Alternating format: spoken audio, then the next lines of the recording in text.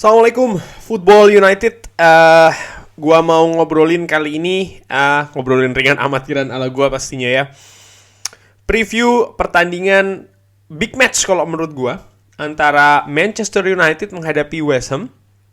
Pertandingan yang akan berlangsung di Old Trafford ya. Dan kalau teman-teman ingat, ini kan pertandingan yang kedua di musim ini. Pertama kali sudah pernah bertemu pada saat itu di London. Manchester United pada saat itu menang cukup dramatis 1-2 ya. Setelah sebelumnya sempat ketinggalan 1-0 dulu, Manchester United mampu menyamakan kedudukan melalui Cristiano Ronaldo dan Jesse Lingard mencetak gol cukup cantik di menit-menit akhir. Dan drama tidak selesai di situ. Justru West Ham United berhasil mendapatkan penalti di detik-detik terakhir kalau gue bisa bilang ya. Dan ternyata penaltinya gagal. Penalti dari, kalau tidak salah, dari Mark Noble yang baru saja dimasukkan oleh David Moyes khusus untuk menendang penalti karena rekor penaltinya cukup gemilang ya, 100% konon. Tapi justru gagal menaklukkan David De Gea, gagal untuk menceploskan bola ke gawang Manchester United untuk menyamakan kedudukan. Dan ya, Manchester United berhasil membungkus 3 poin di pertandingan yang menurut gua cukup berat. Pada saat itu tuh bukan pertandingan yang mudah pastinya buat Manchester United ya.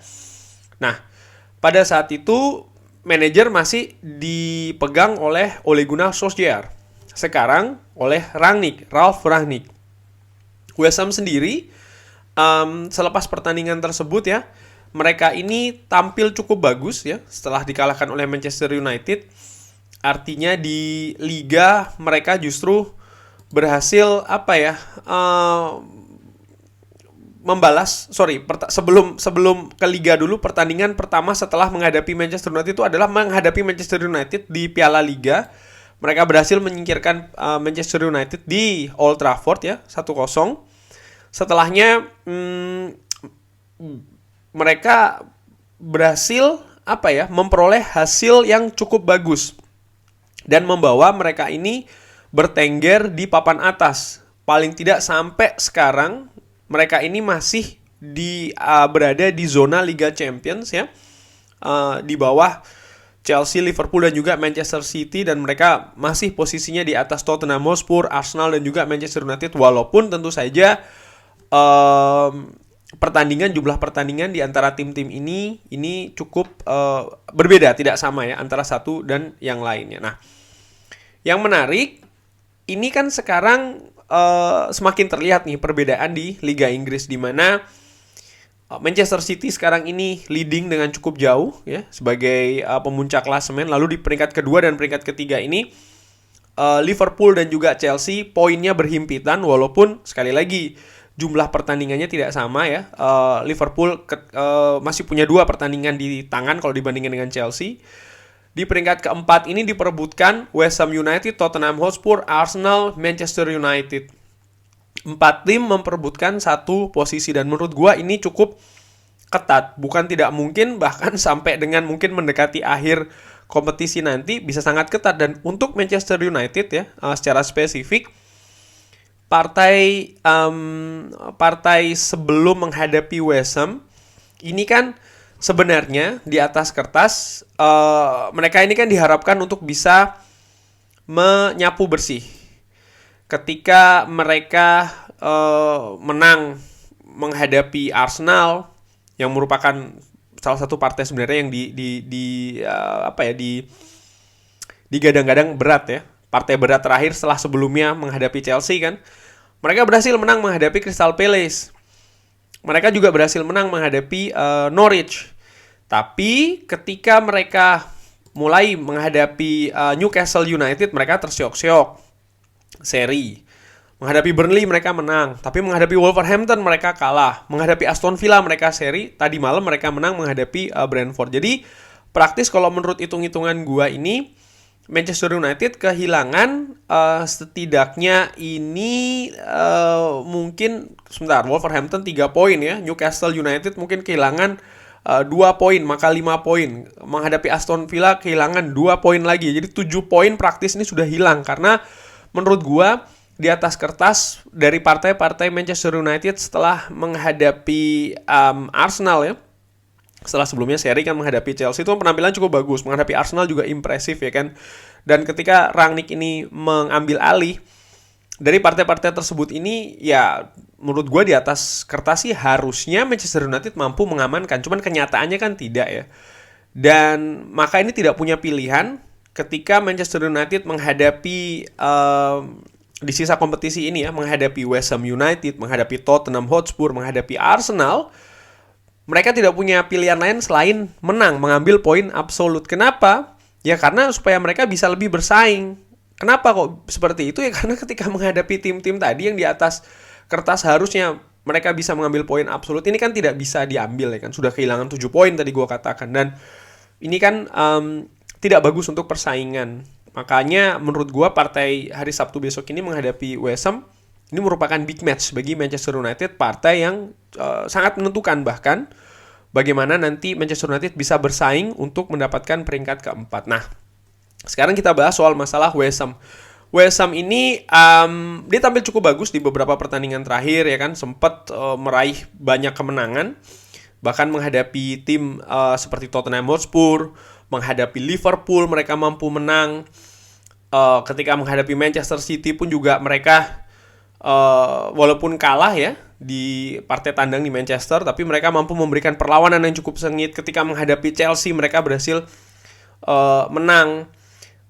Tapi ketika memasuki tahun baru ini ya, mereka sebenarnya cukup bagus kalau dilihat dari sisi hasil dan juga permainan. Mereka mampu menang menghadapi Crystal Palace, mereka mampu menang menghadapi Leeds United, Norwich ya, menghadapi Leeds United by the way di Piala FA, menghadapi Norwich. Nah, tapi ketika menghadapi Leeds United di Liga, mereka kalah 2-3. Dan pada saat itu gue ngelihat seperti kehilangan konsentrasi pemain-pemain asuhan David Moyes ini, sehingga lini belakangnya mampu dibobol 3 kali oleh Leeds United yang sebenarnya notabene bukan tim yang cukup kuat, tim yang tidak stabil juga sebenarnya. Walaupun sempat menyamakan kedudukan, tapi mereka ya harus kebobolan di menit ke-60, gol ketiga dari Leeds yang akhirnya mereka tidak berhasil memetik poin penuh. Dan ini kan sebenarnya yang gue curigain adalah mental. Sekali lagi, karena sekarang mereka ini berada di perburuan yang cukup ketat untuk mengamankan tiket Liga Champions. Di sini mental mulai berbicara nih karena sudah semakin ketat. Nah, ini menurut gua sih mungkin ya bisa jadi ada tantangan di sana bagi pasukan David Moyes, di mana ketika di awal ya mereka tidak merasakan adanya tekanan mental. Mereka benar-benar nothing tulus ya dalam bermain. Tidak ada yang mengharapkan mereka atau menargetkan mereka untuk lolos Liga Champions, sehingga mereka benar-benar nothing tulus menghadapi tim-tim besar. Mereka bisa main lepas. Nah, sekarang memasuki setengah akhir ini, beban ini sudah mulai terasa pelan-pelan ini. Dan ini juga kan kalau menurut gue yang dialami oleh Leicester di 3 musim terakhir kalau tidak salah, di mana mereka selalu tergelincir di saat-saat akhir kurang lebihnya ya. Ketika Liga sudah mau selesai, sepanjang Liga mereka berhasil menghuni papan atas, tapi begitu sudah mendekati akhir mereka tergelincir sehingga tidak bisa mengamankan tiket Liga Champions. Bukan tidak mungkin ini yang akan yang sedang dialami oleh West Ham. Bisa jadi ini hanya asumsi gue sekali lagi. Nah, sebenarnya permainan West Ham sendiri ini cukup kompak. Mereka mengandalkan fisik, mereka bisa mengalirkan bola dengan bagus ya. Di depan mereka punya Antonio yang cukup bagus, salah satu goal scorer yang cukup bagus ya, mampu menahan bola dengan bagus, fisikal juga bagus, duel juga oke. Mencetak gol maupun assist dia juga bisa melakukan. Jadi ini akan menjadi tantangan bagi lini belakang Manchester United. Bowen, Lanzini dan juga Fornals menurut gua ini juga tantangan bagi lini tengah Manchester United, di mana ketiganya memiliki teknik dan juga kecepatan yang cukup bagus. Plus di gelandang tengah Declan Rice pastinya ya, gelandang yang juga dikabarkan diminati menjadi salah satu pesona dari fans Manchester United kan, di beberapa ya paling tidak di 1-2 musim terakhir ini bahkan ingin supaya direkrut, dan karena memang Declan Rice ini memiliki kemampuan yang cukup bagus, terutama memainkan perannya sebagai gelandang bertahan. Nah, kalau menurut gua kelemahan dari West Ham ini ada di lini belakang sebenarnya. Bagaimana nanti tinggal Manchester United mampu mengeksplornya nih di pertandingan pertama di West Ham ya, di London. Manchester United cukup kesulitan untuk meladeni lini tengah dari West Ham. Bahkan lini belakang Manchester United beberapa kali dibikin kocar-kacir nih oleh serangan West Ham yang pada saat itu untungnya tidak kurang tajam ya, kurang bisa clinical, kurang bisa efisien pada saat itu. Tapi tetap ini tentu saja merupakan ancaman tersendiri bagi lini belakang Manchester United. Kalau gue lihat ya dari perbandingan gol biasa yang dicetak ya, West Ham ini sekitar 60% lebih golnya itu selalu dicetak di babak kedua. Jadi ini seperti apa kalau menurut gue ya, ini seperti sebenarnya Manchester United punya peluang, karena kalau gue ngelihat di 2 pertandingan terakhir ya, terlepas dari sebelum menghadapi Brentford, artinya ketika menghadapi Aston Villa itu Manchester United cukup bagus di babak pertama. Pun sebenarnya ketika menghadapi Brentford di 10 menit awal Manchester United itu kan tampil agresif karena pressing tinggi yang diminta oleh Rangnick ini biasanya pemain Manchester United langsung tancap gas nih di 10 menit awal, 15 menit awal. Cuman sering sekali kadang-kadang ketika menghadapi Wolverhampton, ketika menghadapi Brentford, ketika menghadapi Newcastle, kualitasnya turun nih, terutama kualitas umpan. Nah, ini menurut gue yang harus dijaga oleh Manchester United. Tampil menekan dari awal, tapi kualitas umpan harus dan fokus ya, harus dijaga, jangan sampai turun, kualitasnya harus bagus karena ini merupakan kunci. Kalau tidak di babak kedua akan itu tadi. Kalau lihat dari statistik, West Ham ini biasanya berkembang di babak kedua dan ini merupakan ancaman. Leeds United kalau kita melihat di partai terakhir ya, ini kan mampu mencetak 2 gol di babak pertama, dan menurut gua ini juga hal yang bisa dilakukan oleh Manchester United ya, langsung tancap gas di babak pertama, clinical, pressing yang ketat, agresif, ya harus kalau bisa sebaiknya bahkan ya langsung mencetak gol di babak pertama. Soal masalah komposisi, gue pikir sih Manchester United sekarang sudah terbiasa ya, paling tidak di 2 pertandingan terakhir ini bermain dengan 4-3-3. Menurut gue bisa diteruskan ya. Penjaga gawang David De Gea, Rafael Varane mungkin bisa diduetkan lagi dengan Victor Lindelof, kanan Dalot, kiri Telles, McTominay, Fred dan Bruno Fernandes di tengah.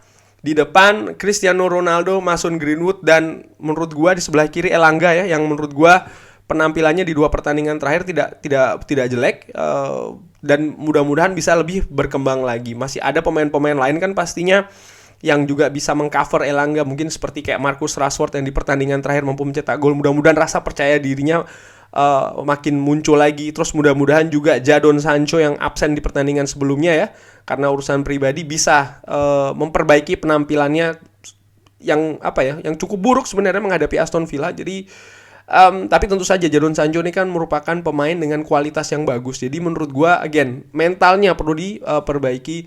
Pun juga seorang Donny van de Beek yang menurut gua bisa jadi ini sengaja disimpan oleh Rangnick ya untuk pertandingan menghadapi West Ham, karena jadwal ini kan cukup ketat, mulai dari Aston Villa, Brentford dan juga West Ham. Selisih ini praktis cuma 2-3 hari, dan bukan tidak mungkin rotasi ini merupakan salah satu strategi Ralf Rangnick untuk menghadapi partai yang cukup penting ini menghadapi West Ham.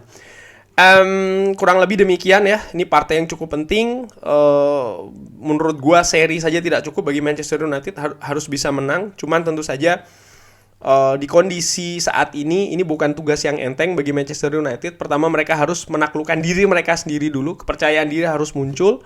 Mereka harus bisa lebih konsisten lagi, karena di 2 pertandingan sebelumnya menghadapi Brentford dan Aston Villa praktis mereka tidak bisa tampil baik secara konsisten di 2 babak, dimana ketika menghadapi Aston Villa di babak kedua mereka tampil jelek, ketika menghadapi Brentford di babak pertama mereka tampil buruk. Mudah-mudahan menghadapi West Ham mereka bisa tampil baik, konsisten di 2 babak. Sekian. Kalau teman-teman punya pendapat lain, terutama soal masalah komposisi dan formasi, bisa drop di kolom komen. Jangan lupa like, sholat, and subscribe. Wassalamualaikum warahmatullahi wabarakatuh.